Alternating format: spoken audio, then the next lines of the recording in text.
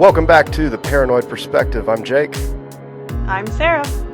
Today we are going to get out there and weird and, well, maybe not weird. I guess it's more of a thought experiment that we can kind of ponder as individuals. And I think honestly everybody's probably had this thought. If you haven't, probably kind of a weirdo because it's a very interesting thing. Yeah.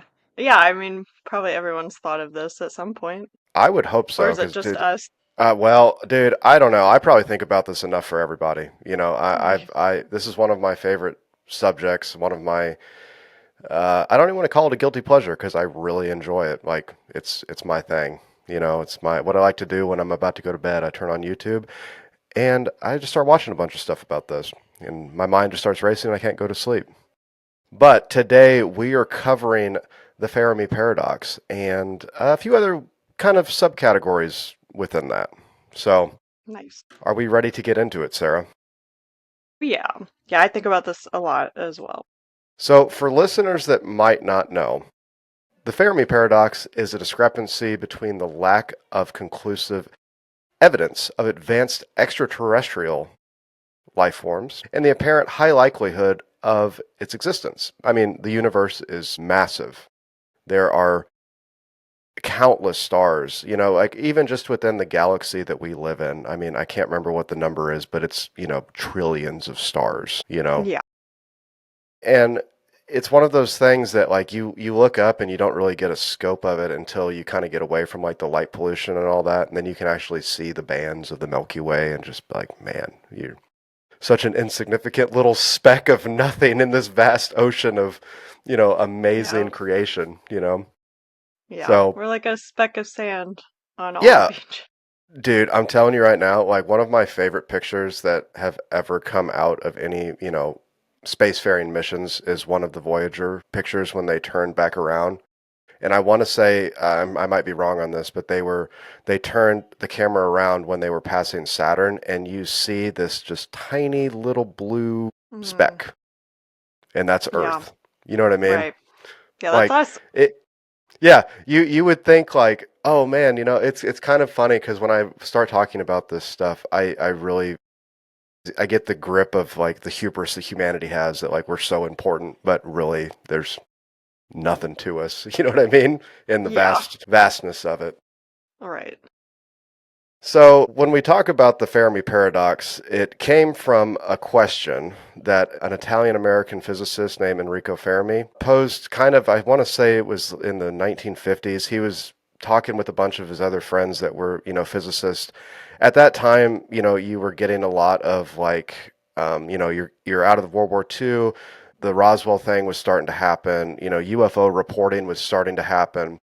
And, you know, there was these reports of like these crazy craft. There were speculations of like faster than light travel because the vastness of space, you know, that would have to happen. You know, you would have to Right. travel. You'd have to have some means to get to cover these vast distances without, you know, it taking generations of people or whatever it is. You know what I mean? It's not just something Right. you can just take a stroll down the street and just like, oh, I'm going to go visit, you know, this Alpha Centauri star system today. You know what I mean? It's going to take you forever. But while they were talking at lunch with this, you know, it started leading to other subjects and whatnot. But, you know, out of nowhere, Fermi pretty much, at least according to sources, but where is everybody then? So it's not like a certain quote, but I mean, that's kind of the gist of pretty much what he said. And it makes sense, you know, like we kind of talked about, you know, you have this vast, expansive universe, you know what I mean? And the thought process would be you would think we would find something, right?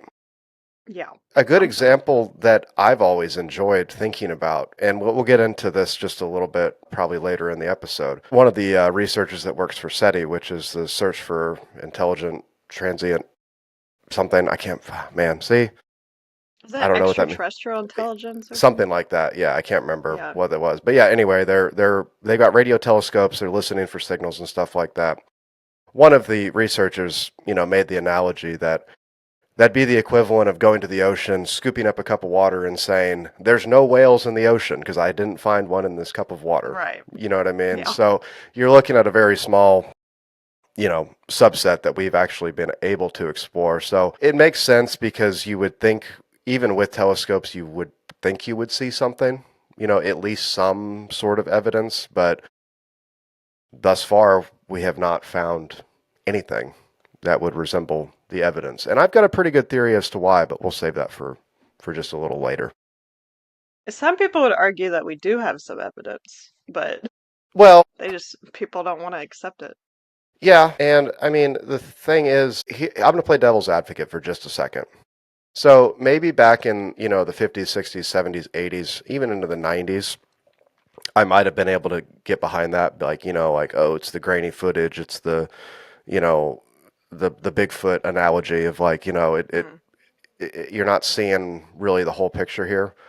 But it's 2025. We all have like pretty nice cameras in our pockets. You know what I mean? If they Yep. were zipping around the skies, you would probably see it. You know what I mean? It'd be pretty easy to see. It wouldn't be some grainy, you know, VHS recording that we've come to see. You know what I mean? Right. Unless they have technology that they're jamming our phones and That making the video. that could be very, very true. But I kind of wanted to go over some of like the hypotheses that, kind of highlight that contradiction that we have with the Fermi paradox of there being all of this but no evidence. You know what I mean? So we've kind of already talked a little bit about it, but there's billions of stars in the Milky Way. They're all, not all, but there's a lot that are pretty similar to the sun that we have, you know, and based off of my limited understanding, I'm no expert in this field, but it's kind of like those stars that are similar to our sun are very conducive to life. They're very stable. They're not putting out a bunch of radiation. They're not putting out solar flares, very regular like some of these bigger stars will. Yeah. So it's very conducive for that stability and consistency that life would need.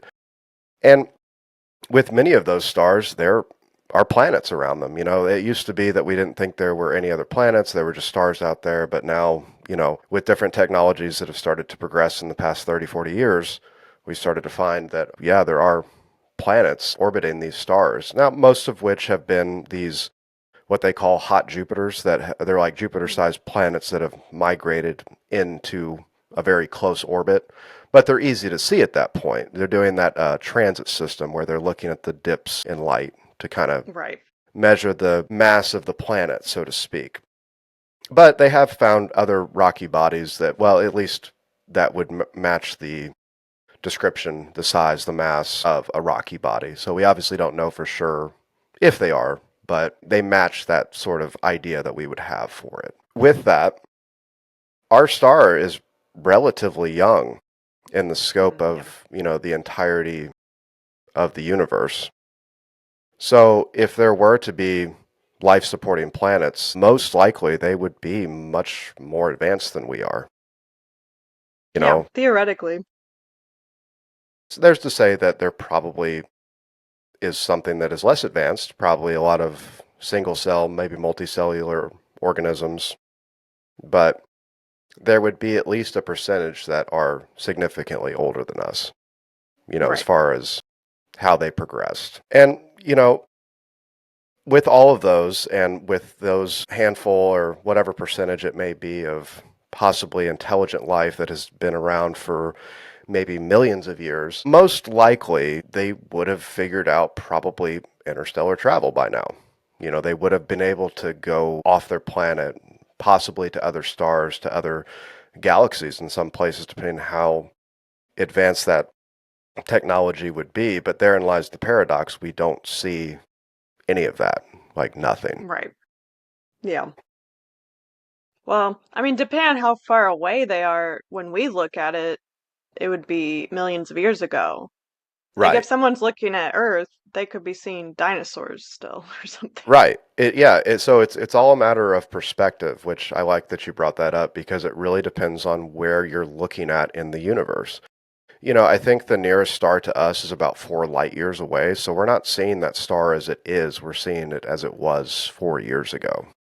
You Yeah. know, and that is, I can't remember how long it said with normal like conventional propulsion that we have now. It would take quite a while to get there even with the technology we have right now. Like I'm talking, thousands plus years to get there, Yeah. you know. Right.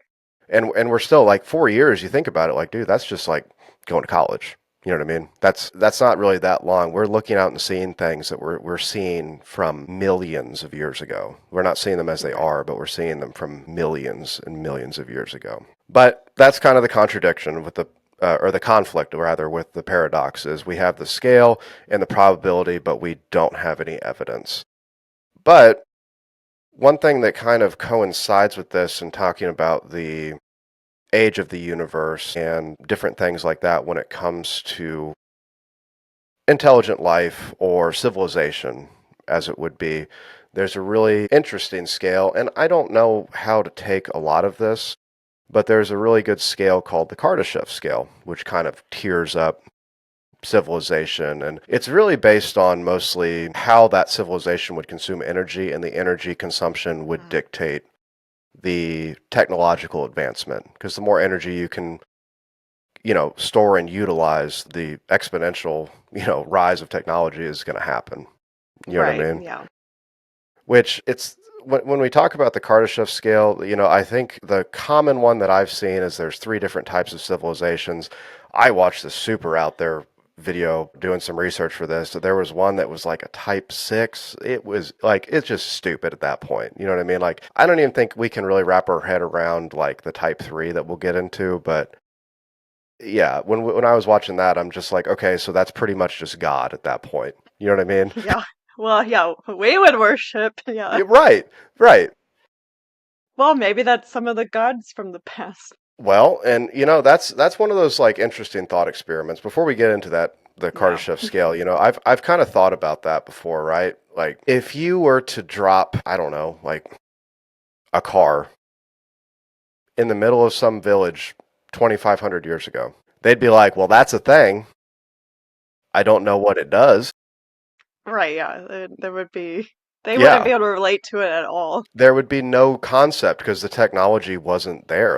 And I mean, yeah, like you could tinker with it, you could mess with it, you could be like, oh wow, like if I do this, it does something, but I don't know how it Right. does this something. I don't know what this Yeah. something even means. Magic. Right. It would Yeah. literally be magic. And I mean, we don't even have to go back that far. If you handed somebody from the early 20th centuries an iPhone, they would Yeah. think that was magic, Right. Yeah. you know? That would be crazy.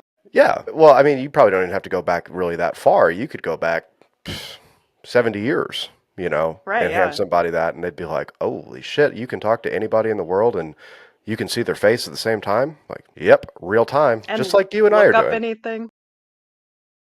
Yeah, literally have any amount of information at your fingertips at like just a second's notice. You know what I mean? As long Right. as you have some sort of service, you're Yeah. good to go. And it comes through the air. Yeah.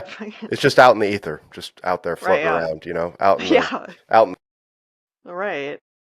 but when we talk about the civilizations and the different types of them, and the Kardashev scale is one of those things that, like I said, it's a method for measuring a civilization's level of technological advancement based on the amount of energy is capable of harnessing and using.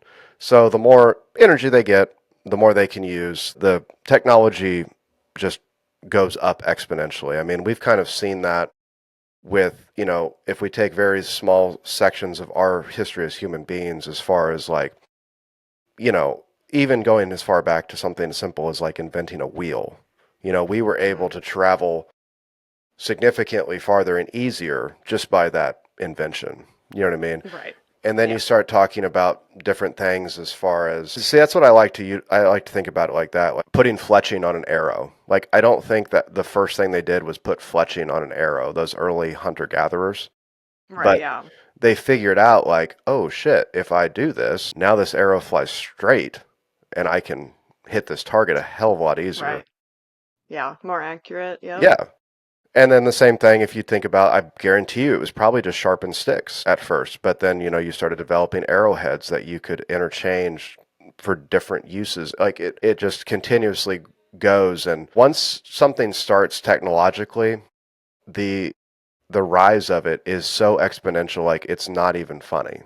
Like it doesn't stop. It just keeps going. I think that's one of the best qualities about human beings is we have this desire to keep moving forward and to keep progressing in that technological way. But the more we understand, the easier it is to kind of progress that way. And we have these huge, like the .com booms that just like reinvented the world, almost overnight, you Yeah. know. Yeah, it's definitely quick. Yeah. Yeah. But let's talk about those types of civilizations, okay? So we have three different types that we're going to discuss. I'm not going to go out there with the 4, 5, and 6. That stuff kind of was just way too much for me. Yeah. But a type 1 civilization is able to access the energy available on its host planet and control natural events such as earthquakes, volcanic eruptions, etc. So pretty much any energy that that planet can produce, that civilization can harness and use. Oh And wow. yeah, I mean that within itself seems crazy. That like Yeah, we're we not even there. yeah, no, no. I think the best estimate that I ever saw for it so far was we're at like a point or like a point 0.6 on the Kardashev scale. And Nice. that individual that was talking about it, I want to say it was Michio Kaku, the Hmm. physicist. I'm pretty sure that's. I apologize if I butchered that name too. Hopefully I'm saying that right. But he was saying probably about maybe 1,000 years from now, we'll probably be at that type 1 where we'll be able to, really harness, any available resource that we have on this planet and, use it to the best of its ability, And thinking about that, that's a pretty insane thing. It's like you could make this Sierra Desert a rainforest again if you wanted to. You could, Yeah. you're not at the mercy of nature anymore, And I think human beings once again have that arrogance about them where we think we're not until like a natural disaster happens, and then you realize we're not in control right now. Nature is Yeah. in control, Right. you It's know. always been, yeah. Yeah. But So, you can see through the advancements of human beings how we've started to kind of been able to control it to a certain extent. You know what I mean? It used to be that, to go back to the hunter gatherers that we, our ancestors, they were living right alongside, very brutal predators that were hunting them too. You know what I mean? right. And we were able to rise above that as a species and, control that aspect of it. There's still parts of the world, obviously, where predators will kill you, but it's not as prevalent as it was, thousands and thousands of years ago. So it's an interesting thing to kind of think about it, and really, 1,000 years might seem like a lot compared to, I don't know, your lifetime. As like if you're thinking very self about just like me and nobody else, but in reality, that's a blink in the eye of a cosmic or even a planetary perspective. You know what I mean? Right, yeah. Yeah, that's So literally nothing. yeah. Well, and the thing that I was thinking about with this is kind of like what I was talking about with that crazy fast-paced technology that we are producing, like you can even see it now with technologies like AI and like the advent of that sort of stuff. There was an interesting podcast I was listening to the other day about them building quantum computers that it would be the equivalent of just so much information and processing power that we can't even like really imagine how good it's going to be, So it's one of those Yeah, things. I think when it happens real quick. right. I mean, yeah, think of how big a computer was. It was like a whole room, wasn't it? Right. And now Yeah. now Now we you have it in have your phone. Yeah, you have it in your yeah, hand. we can have a phone that has like a terabyte of memory now. Yeah. It's kind of wild to think about. But what's even more wild is when we get into type 2. So type 2 civilization can consume their host star's energy and they can control it and harness it. So every amount of energy coming from that star, they can harness it, they can utilize it. I mean, you're looking at a huge boom in just energy consumption that you would be able to access, Right. Yeah. because right now we're only like realistically we only get what the sun kind of faces us. There's an idea of these structures that are called Dyson spheres where they kind of encapsulate a star. Hmm. And once you can do that, you're looking at harnessing, instead of, I don't know, a marginal percent of the sun's energy that we receive right now, to 100%. That is such an exponential boom in That would be technology. And crazy. yeah, I mean, you're talking like we would be able to, traveling into space would be just like I said, running down to the convenience store and getting a drink. You know what I mean? Having vacations on Mars, or maybe the Yeah. moons of Jupiter, would just be a normal thing. Like, oh yeah, last weekend for Labor Day I went to Europa. It was a great time. Yeah. That sort of thinking. It's unbelievable to think that. And there's an interesting thing. Little side note. Are you familiar with Tabby's star? I don't think so. So there was a star. I can't remember where it's at. Not that it really means anything if I did know where it was at. But they were seeing these irregular dips in the star's lumination, kind of like what I was talking about with the transiting, seeing how big Hmm. planets were and whatnot. But a normal planet, like I'm talking like a Jupiter-sized planet, might block out at most like a percent of the sun's lumination. This Right, was yeah. dropping like by like 20 or 30%. Like, Oh, wow. so it's like a massive object. And that was one of the Yeah. theories, that like maybe there's a Dyson sphere around that star and some civilization is harnessing that, thing. Now, the more realistic and probably actual answer, it is probably like a massive, you know, dust tail of a comet that Mm. is obscuring. That's what I've heard is probably the most logical thing and likely thing. But it's fun to think about, if it was an actual Yeah. civilization that we finally Well, captured. that would be interesting. But do you think so if they had a sphere like the Dyson Hmm. whatever, then would that totally block out their sun?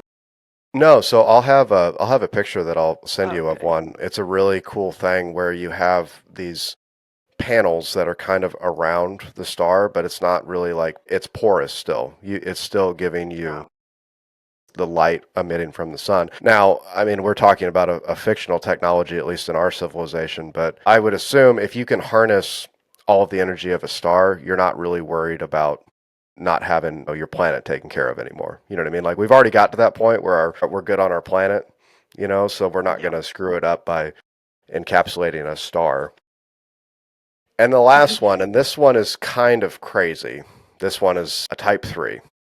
The civilization is able to capture and utilize all energy emitted by its entire host galaxy. So we're talking By the galaxy? the galaxy. I thought it'd be the solar system first. I know, right? Yeah, that's a The big jump. Well, all of these are big jumps, but you got to, like, that's the thing that kind Wow. of blows me away.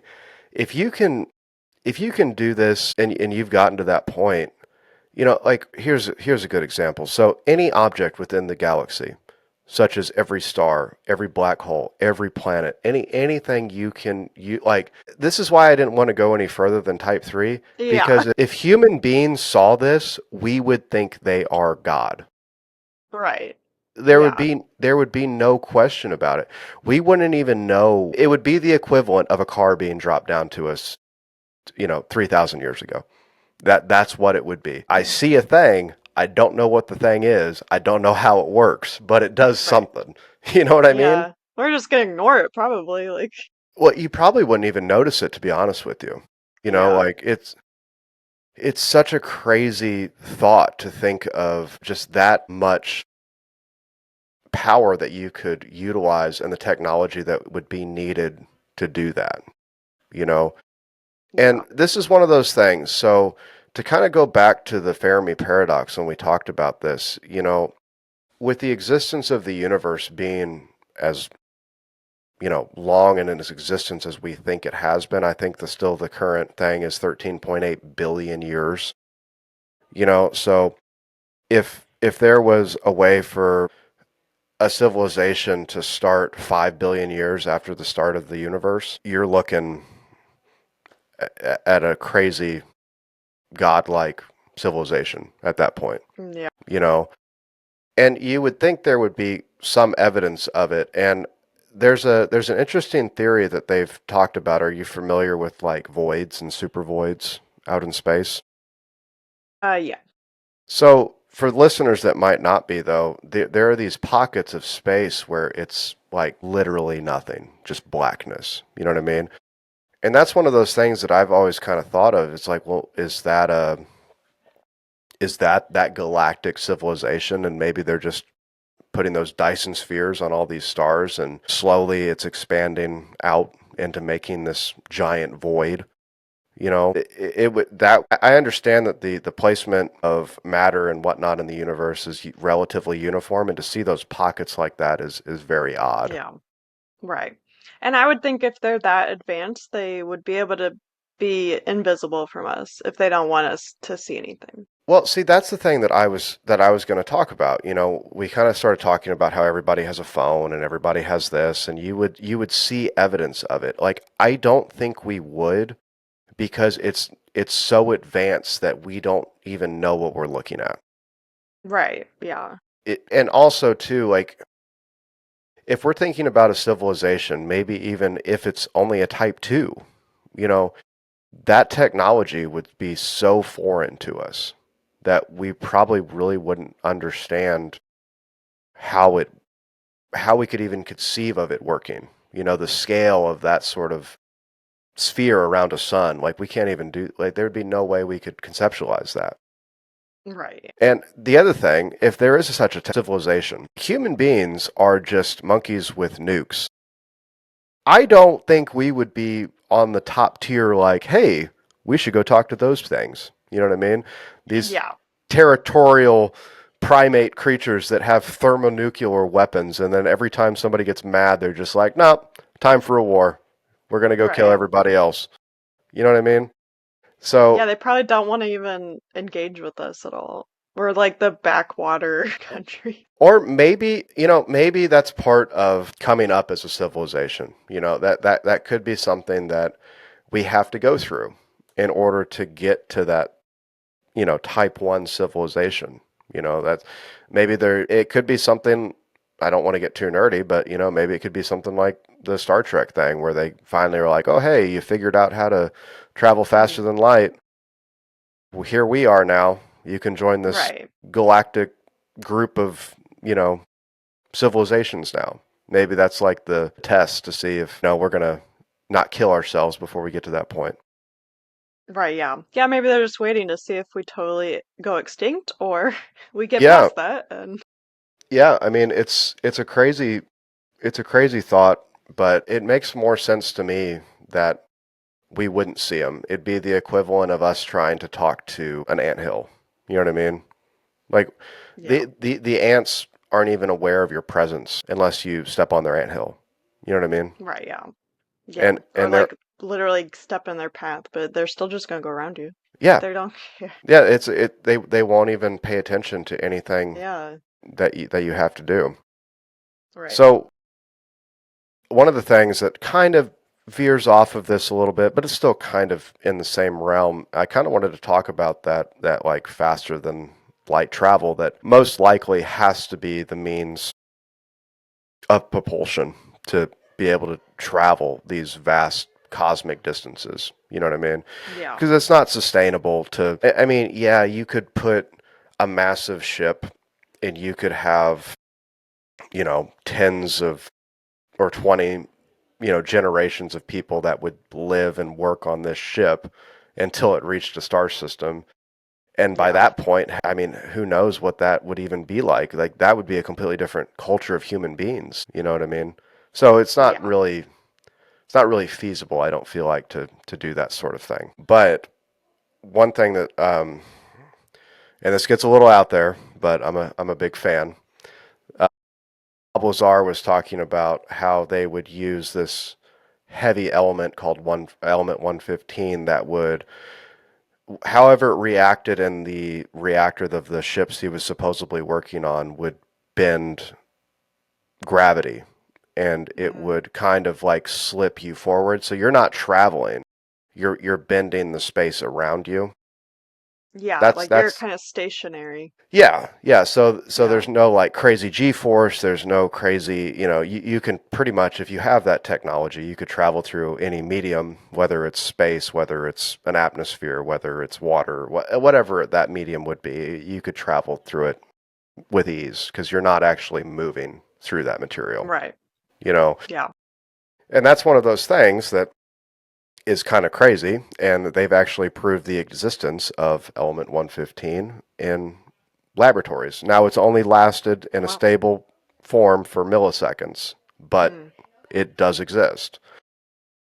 And for those that don't know, elements are formed by exploding stars, and the denser and more mass the star has, the denser elements that are coming out of that.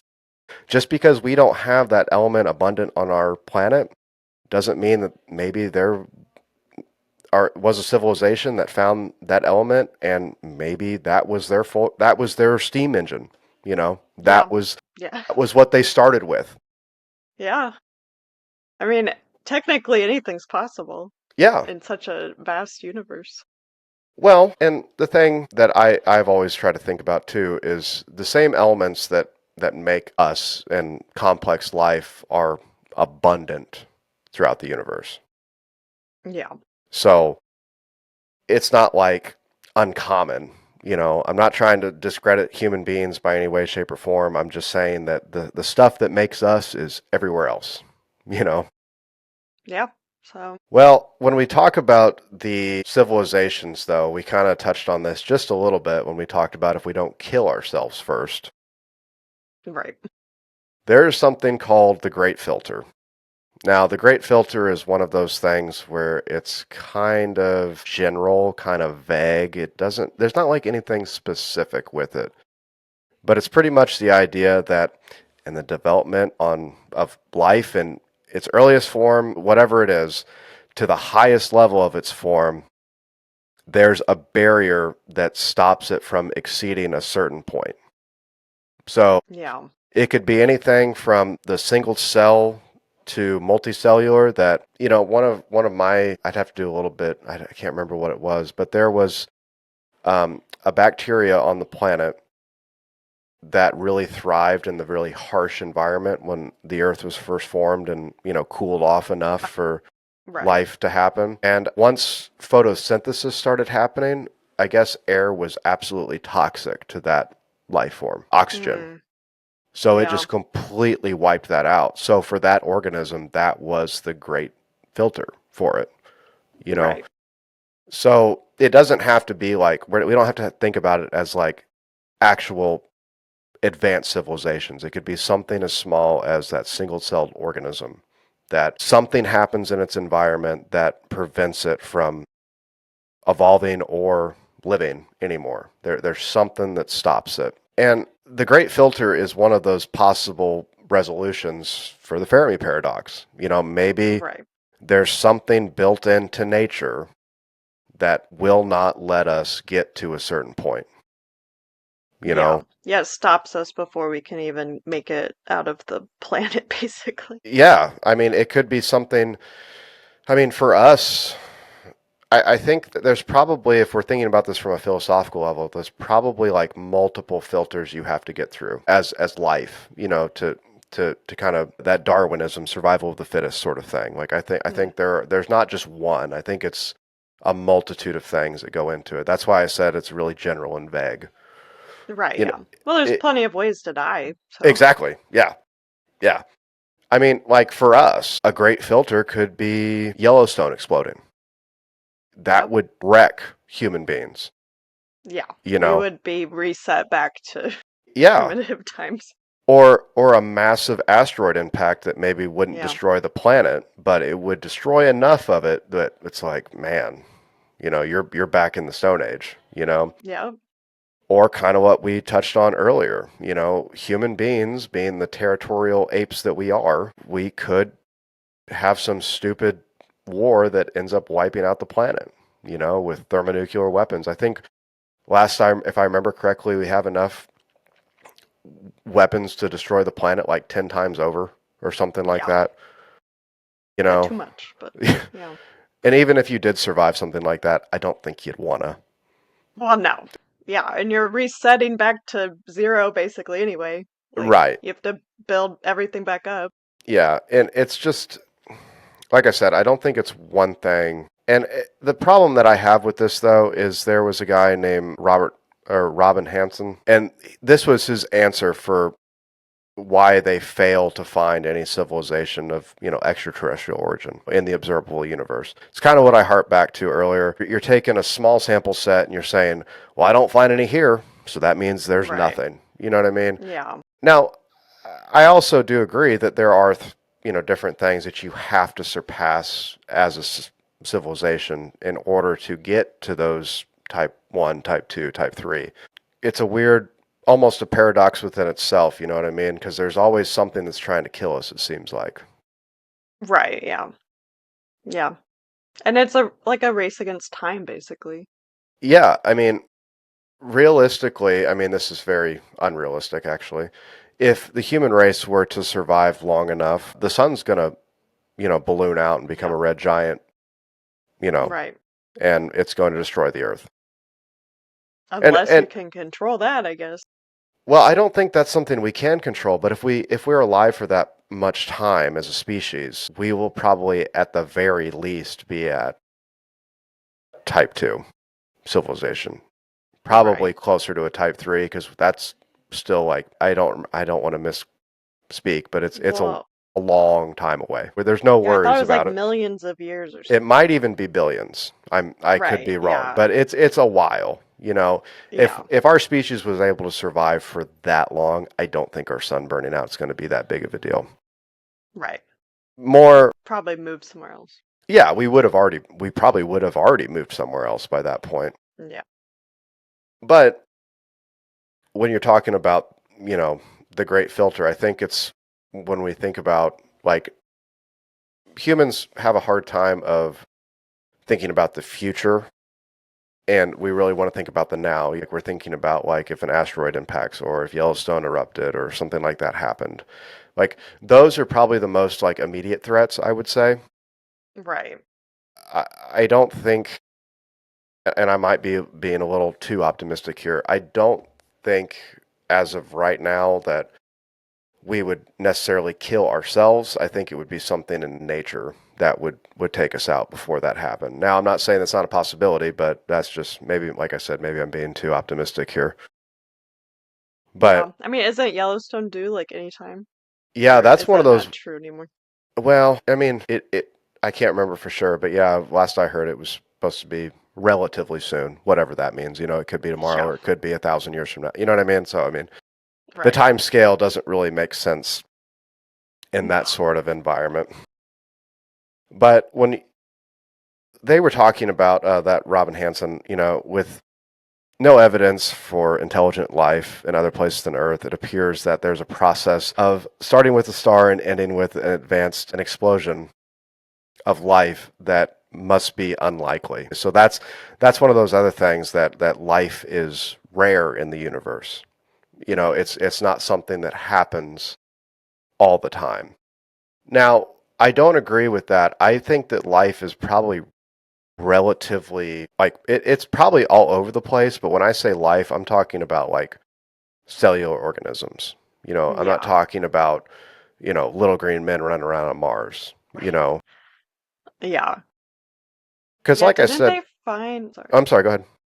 Didn't they find like amoebas or something like in the one of Europe's moons? Like in the ice or under the S- ice? Supposedly, I don't know about Europa, but supposedly there is pictures of fossilized cellular organisms in samples they've found from rovers on Mars. So the thing with that, it's believed with the canyons and the way that the erosion looks on the planet that Mars once had a lot of water. And if it Yes. had a lot of water, it would make sense that you have all the material and all the chemicals that make us, and you have a binding agent being H2O that can get them together and get them in the right sort of consistency to start coming up with, single cell, complex, multicellular organisms. Now, like I said, I don't think that there was a civilization on Mars. I think it was probably, single cell, multi-cell organisms, stuff that we wouldn't see, you know. And I think that's probably pretty abundant everywhere because you can look Yeah. anywhere on Earth and even in the harshest environments there's life. Yeah. At the bottoms of the oceans on these extremely hot, vents coming up from the crust, there's life there. Right. Life can survive lots of places, Well, as for Jeff sure. Goldblum likes to say, life finds a way. Finds a way, yeah. Now, there was an interesting podcast I listened to with, there's a guy named Brian Cox. He works at CERN, and he's a physicist. Hmm. I always like listening to him because he has a very interesting outlook on space and civilization.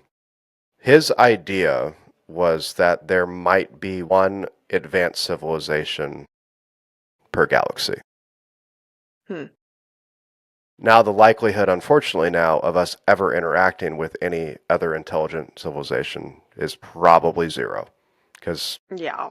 getting to other galaxies is pretty low. Now, that being said, that doesn't mean there's not life abundant in the galaxy we live in, but we might be the advanced civilization, which is kind of scary, in my opinion. You know what I mean? Yeah, I mean, it's up to us then to do. Right. Yeah. We have that insane responsibility now. You know what I Right, mean? yeah. Like I think that's a We're never gonna really get off the planet, maybe, so. well, that's true. I mean, like I said, there's a lot of things that, kind of go into that great filter that we maybe have passed the one that was going to take us out, and maybe we haven't. You know, it Right. it's kind of crazy. But the things that they were talking about with that great filter and, implying that, life isn't very abundant, they named off of like evolutionary path kind of associated with the great filter. And I'm going to read it off real quick, and I'm going to give you, you know, my opinion on this. So, first, you need the right star system. So, kind of what we talked about earlier, that really consistent star that really kind of keeps everything nice and right. You're at the right spot in the orbit of that star, Hmm. too. We can't be too Yeah. hot, too cold, the Goldilocks zone, like they like to say. Yeah. Those life forms have to have some sort of reproductive molecules like RNA. It can be something as simple like single celled or complex, single celled, or up to that multi celled like we are, very advanced species that lives on the planet. It has to have some sort of reproduction capability with the other species that's associated with. And then when we get up to like the multicellular, very complex, you know, animal that or whatever species it would be, utilizing these like tools and has intelligence, something that we Yeah. can manipulate the environment. And Right. then, Adaptable. right. And then, you have a civilization that is advancing towards like potential, exploration off the planet. Okay. Now that last one is kind of like, whatever. But the problem I have with this list is, and a problem I have with a lot of the scientists that are kind of naysayers on the extraterrestrial life because we haven't found anything. This is such a human perspective. Yeah. You know I what I was mean? thinking the same thing, yeah. It like all it takes, like we share so much DNA with everything on this planet, and we don't look like anything that's on this planet. Octopus share a lot of DNA with us. We're nowhere close to being octopus. So you're telling me on another planet, on another star system, with another group, another way that species came up through the ranks of the evolutionary biology of that planet, that we would even recognize what it does, how it metabolizes, how it reproduces. Like we probably wouldn't. It would probably be so quote unquote alien to us, we wouldn't know what to do. There might be some Right. physical features we could tell. Like I would think if it's predatory, it'll probably have eyes in the front. You know what I mean? That way you can see. If it's, more of a prey species, it'll probably have eyes on the side. That makes sense.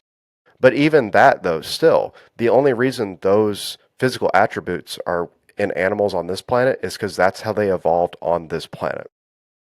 Right. Yeah. A totally different planet. It could evolve totally differently It and could need so much, like, it could need everything else different. Like, who knows? Yeah, I mean, you could look at an advanced civilization that see that we eat other animals to metabolize and have energy when maybe they are some crazy photosynthesizing life Yeah, form plant that all they people. yeah, that all they have to do is just stand in the sun and they're like, "Ah, I feel better now." You know what I mean? Yeah, Looking at us savages just ripping things apart and shooting right. fossil fuels out of the back of vehicles to go forward. You know what I mean? Like that Yeah, it would probably be the same thing for them. Like, dude, look at these savages. What the hell is going on here, man? right. Yeah. Yeah. Have you ever seen like not to get too off topic, but like the Reddit posts where it's like if an alien saw a human, like we're the barbarians of the world. Like no one wants to fuck with a human. It could be. I have not seen it, but it truly could be. It Oh, could I should, seriously. You should send it to me. yeah, I should find it. But no, it very well could be that, if we were visited and they saw human beings and they'd be like, "Holy shit, fuck this. Right. Yeah. We're on the wrong side of the train tracks now, guys. We got to get back over to our side of the galaxy, man. Like these guys are ridiculous." Or it could be that they found our planet millions of years ago and are like, "Ah, it's just it's just, single cell life here. Yeah, it's okay. It's cool. We've already seen a bunch of that everywhere else though. You know what I mean? We don't really need any of Right. this." Yeah, maybe So, they didn't check up since then. yeah, well, maybe it's one of those things that it's not possible to, with the vastness of Mm, the universe, maybe I mean, you might not have time to sit around and wait. right. So, one of the things that I thought was kind of funny and kind of talk about the whole drone thing, so to speak, over in Jersey and other parts of the United States and probably in other parts of the world. That would probably be the most easy way to monitor a planet if you were an advanced civilization. I mean, we already do it. We have robots on Mars. You know what I mean? Yeah.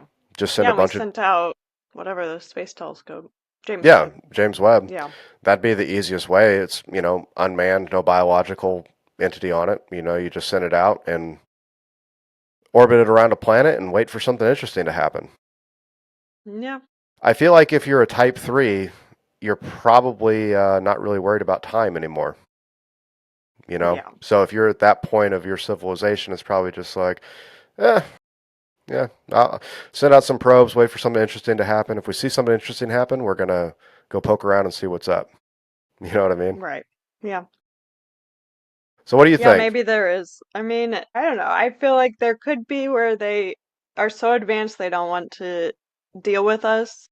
They don't want to let us know that it's possible or whatever, and they're just like, Carry on with your little planet, and we're gonna go do whatever we want to do." Or We're gonna maybe go there do is Type like 3 a shit. right. Or I mean, I could see it being one per galaxy, maybe, where it just kind of works out like that, and you don't really bump into anyone else.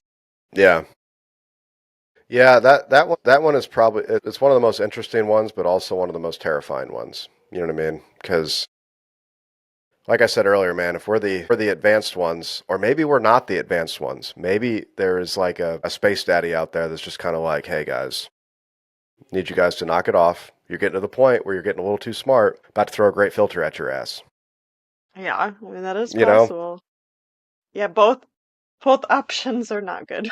Yeah. It's I forget what is that? The Orson Welles War of the Worlds, was that his quote? That we're either life is either abundant in the universe or we're the only intelligent life in the universe, and Yeah, both are equally terrifying. yeah, You know, because that I think would be the weirdest thing if we were able. I mean, we never will be, but if we were able to find out, that we were literally the only thing intelligent in the universe, like that would be pretty that would be horrifying. crazy. You know, But I mean, that doesn't mean just even if we were the only one currently, that doesn't mean there was none before or after us. I was about to say that too. I feel like it's one of those things. We've seen it on Earth where civilizations have come and go. It's probably the same out in the universe. You probably had galactic civilizations that just, something happened. I don't think the Right. great filter applies to just people or species.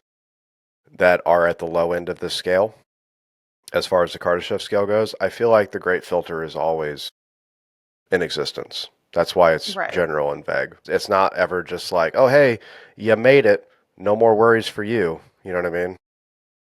Yeah, but I guess at some point, I mean, if you can control your planet, you can control your star, theoretically you could control asteroids that get too close to you or whatever. Like at that point, what would destroy you? Well, see, that's why I didn't add in the type Right, 4 yeah, and even 5 and more, yeah, 6. right. Because, well, as ridiculous as some of those may sound to me, in particular, listeners, you might think they're not ridiculous. You might believe wholeheartedly with it. That's totally cool, man. My thing is, the more we find out about, especially the advancement in space that we've done, the more questions we already have. You know, we have this idea that once we know this, we're going to know how this happens. Well, once we find out what we're looking for, we have more questions than answers. And I think that's probably Yeah. one of those things that happens. You know what I mean? If you became that super crazy advanced type 3 and you're able to control everything within your galaxy, well, I don't know, maybe something else is out there that they would be questioning now. Like I don't think that would ever end. You know what I mean? I don't think there would be a Right. stopping point to it. It's kind of like how you think of the expansion of the universe. Like it's just accelerating. And you don't want to think about it, I don't think of like what's it accelerating into. It's just that's what it's doing. Like it's like asking if you're at the North Pole, which way is north? That question doesn't make sense. You know what I mean? It just Right, yeah. keeps, you know, accelerating out into existence. So Yeah. I think it's one of those things that is probably a constant, learning curve that nature just within itself inherently has that always throws at you that enables species to survive or become the best of what they possibly can be in their environment. Yeah. Getting a little too deep and philosophical on that one, but Well, that's okay. I mean, I don't know. I still feel like they wouldn't want to talk to us, I guess. well, If they are, I mean, maybe it doesn't exist, but I like to think that we're not the only one, but probably they're so far away, we're never gonna know. And maybe the same for them. Maybe they're not, maybe they're similar to us, where they're not that advanced. They're never gonna find us either. yeah, well, and I mean it could be something as simple as like you just said. It's just we're all on the same trajectory and we're just not ever gonna get to that point because space and is constantly expanding. So the only thing we're ever going to ever hope to achieve in our species is maybe to traverse parts of the galaxy. We're not going to be able Yeah. to go anywhere else. There's just going to be too much distance that's created every second. Right, Between yeah. galaxies and whatnot. It's just not ever going to happen. So Right. Isn't it like eventually they'll like we won't even see any stars in the sky because it will just be surrounded by black because it's spaced yeah, out. I mean, they'll unless they'll you be think over it, yeah, too far to they'll be observe. over the cosmic horizon, so to speak. Right. Yeah. Yeah. Unless people some think that it like will shrink back, I guess, like bounce back almost at some Well, point. But then that's gonna collapse the whole universe. So, yeah. Well, the theory for that is that that's probably not the case because the universe isn't slowing down; it's accelerating. There's some sort of pressure that is, or I guess pressure might not be the right word. There's some sort of force accelerating everything away from each other. right. So So I don't know. eventually we'll just be a dead planet in black, a sea of Well, black. we'll still the galaxy will still exist, and I think yeah we'll Yeah. we'll merge with the Andromeda galaxy, and we'll become Yeah. instead of a spiral galaxy, we'll be an elliptical galaxy. So we'll Yeah. have that. Who Yeah, knows? that'll Maybe happen first, I guess. maybe at that time, the two civilizations that are advanced from the Milky Way and Andromeda will finally meet. Yeah. Or we might get flung off into space because we're kind of on the tail end of the Yeah, spiral. that's true. Well, for any of you listeners listening right now that are, astrologically inclined and, maybe have a degree in this, I hope you don't have a degree in this because we don't know what the fuck we're talking about here. We are just Speculating. speculating and going off of some basic knowledge that we both have. So don't take any of this as the gospel by any means, for the love of God. But I think that'll probably do it for today in the Fermi Paradox, the Tears of Civilization and the Great Filter. So this was a little bit of an out there one. We've been kind of keeping our feet on the ground with, the actual physical world we live in. Thought it'd be fun to get out and, step outside of the comfort zone, so to speak. Yeah, this was good. All right. Well, listeners, thank you for hanging out. We will check you guys next week on the next episode of The Paranoid Perspective.